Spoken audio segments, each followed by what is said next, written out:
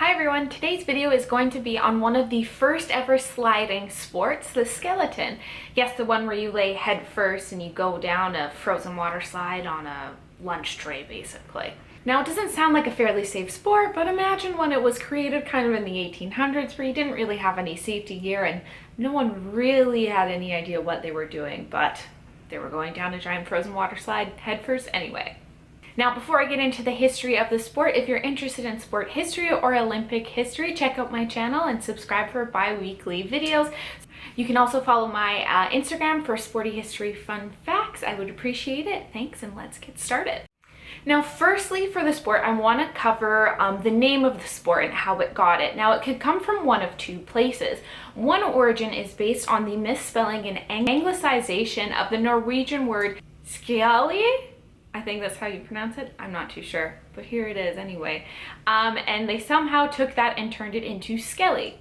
Another explanation is when in 1892, an Englishman known only by Mr. Child, I cannot find any other information on this gentleman.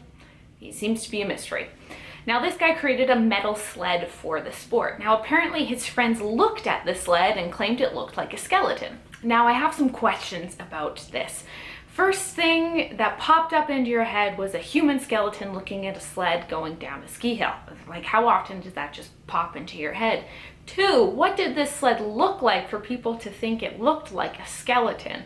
And three, how did that actually stick with the sport? If sledding down a frozen water slide head first was not enough for some people, the name skeleton sure would inspire fear into the hearts of anyone who wanted to participate. Now, the name for the sport comes from kind of one of those two places, or possibly even both. Now on to the invention of the sport of skeleton. The invention kind of seems like it's come from a few different directions. There were glimmers of sled or skeleton-like sports in places like the USA, Canada, England, and Switzerland.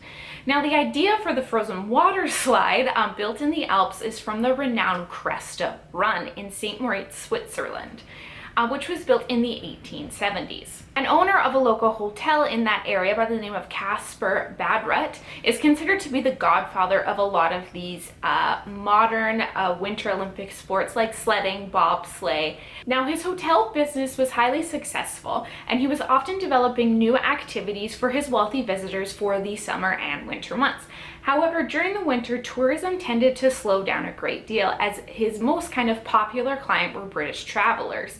Now, these guys often measured to the Alps for the spring and summer for things like mineral baths, hiking, relaxation, all the fun stuff you do in the Alps. However, these vacationers rarely made it back during the winter months. So in an effort to get more winter vacationers, he essentially lured mostly English travelers to his hotel for the winter season by offering them their money back if they did not enjoy their stay. To keep them busy, he made different toboggan runs with the traditional toboggan on snow and lots of other exciting winter activities like skating and skiing. Now, these British tourists decided that a straight hill wasn't really enough for them. It wasn't exciting enough for them. They decided to rip through the streets of St. Moritz on sleds. Groups of men had been caught sledding through the streets, usually icy, windy, cobblestone streets, on toboggans, endangering locals and tourists alike. Eventually, after the community demanded that they get off the streets, as you would, Badrut decided to build a giant frozen water slide in his resort for fun and to keep those tourists out of the streets. Now, this toboggan run would be called the Cresta Run, and it was one of the first of its kind in the world. Badrut had built it near his resort to keep his crazy English tourists happy and to avoid losing valuable winter tourism. And by building this, he also was able to bring more tourists to his resort. Now, the Cresta Run allowed for more speed and longer runs, which equaled more fun. Now, the track was about 3/4 of a mile and ran from St. Moritz to Clonera with 10 exciting turns. Now, people had mostly been tobogganing like normal people, where you sit on the sled with your feet in front of you, you sit up and you can turn it with your hands. However, every once in a while you'd have someone maybe on a dare, maybe wanting to do something fun, or maybe a little bit drunk and decided to go head first without any control, as you do.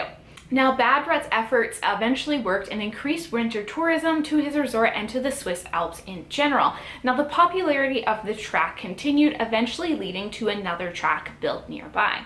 This one was built by English soldiers and stretched from Davos to clusters in the Swiss Alps, which I discovered is only about 19 minutes if you were to drive from Davos to clusters, and almost 2 hours and 45 minutes walking, but if you bike it's an hour. So as you can see, it was quite a long run. So it was a pretty impressive track. I can't imagine people were able to do multiple runs in a day just because they'd have to walk all the way back up it, unless they were very eager to go up and down as many times as they could.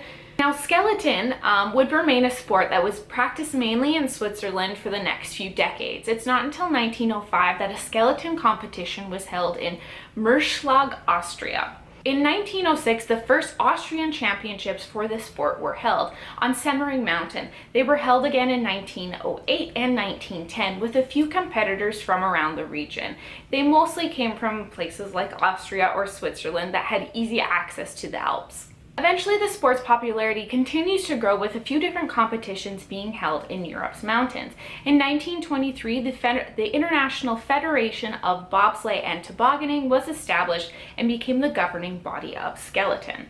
Now, the FIBT would later use the rules created at St. Moritz. In 1926, the International Olympic Committee had declared winter sports as official Olympic sports, and skeleton was going to be showcased at the Winter Olympics of 1928. Now, during the 1928 Winter Olympic Games in St. Moritz, Switzerland, a male skeleton competition was held on the Cresta Run. And there's actual footage of the event, and honestly, it does look a little scary and a little precarious going down those man-made ice tunnels. Now, each competitor was given 3 runs, and the person with the combined fastest time was the winner. Now, American brothers Jensen and John Heaton would place first and second, respectively, and the bronze was awarded to David Carnegie.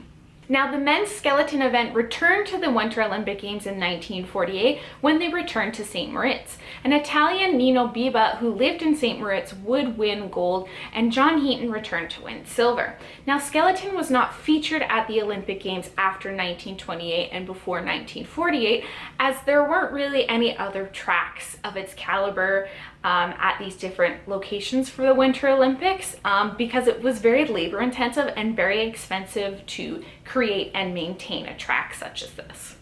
It's not until 1987 that skeleton luge tracks were created in places like Lillehammer and for the upcoming 1988 Calgary Olympics. And by that point, the sport had kind of gone international. Now, skeleton did not become an official annual Winter Olympic sport until 2002. Now, they were permanently added to the roster for 2002 for men's and women's competitions, even though there had been a fair bit of international competition like European Championships and World Championships, amongst others that had been held internationally. Now, at the 2002 Games, there were 39 athletes from 19 countries. This would expand to the latest Winter Games that were held in 2018. There were 50 athletes from 24 nations, including Jamaica, Israel, Nigeria, and Ghana, who all competed in the skeleton event. This is incredible considering that most countries who compete at the Winter Games are from the Northern Hemisphere and are predominantly Caucasian. But entries from countries such as countries from in Africa show that you don't necessarily need an entire track in order to compete in a Winter Olympic event. You don't need to have access to a lot of these different locations or equipment in order to actually compete. Now, something very unique about the sport are its helmets. Now, most athletes have uniforms to wear. However, for skeleton athletes, a lot of them are given kind of full creative freedom for designing their helmets. Now, this only really dates back to the 2000s. Before that, they were usually just a plain color. Now, some of them are really unique. A lot of them look like animals that are charging at you as they sled down the ice, or have lots of cultural and national significance. Many in Canada actually use symbolism from First Nations cultures like John Montgomery or Kevin Boyer, who have Haida-inspired beavers on their helmets. Lots of Canadians also like bears and maple leaves, of course. Many other competitors from different nations have national symbols or animals, like Americans and their eagle. A lot of people also like bones or skeletons, which is kind of a nod to the sport, or some just have some really cool designs from different artists as well. Now, America has been the most successful nation in skeleton when it goes for golds and silvers. However, Great Britain is the only nation to win a medal in every skeleton event at every Olympic Games, and it's actually mostly in women's events as well. Canada is also up there and fairly successful in the sport. Canadians just seem to have a thing with being successful on the ice, wherever or whatever shape that ice is. As of now, skeleton racers can normally pull an average of 130 kilometers per hour down these frozen water slides. So training for this event is very crucial. You have to be able to use your entire body in the slightest form in order to make turns and steer very slightly. Also, you have to be very aerodynamic as well, which means your chin is hovering above the ground at 130 kilometers per hour. Because this is a very technical sport and can lead to a lot of serious injuries and unfortunately crashes. Trying to keep your head up in that position actually takes incredible strength and control as well.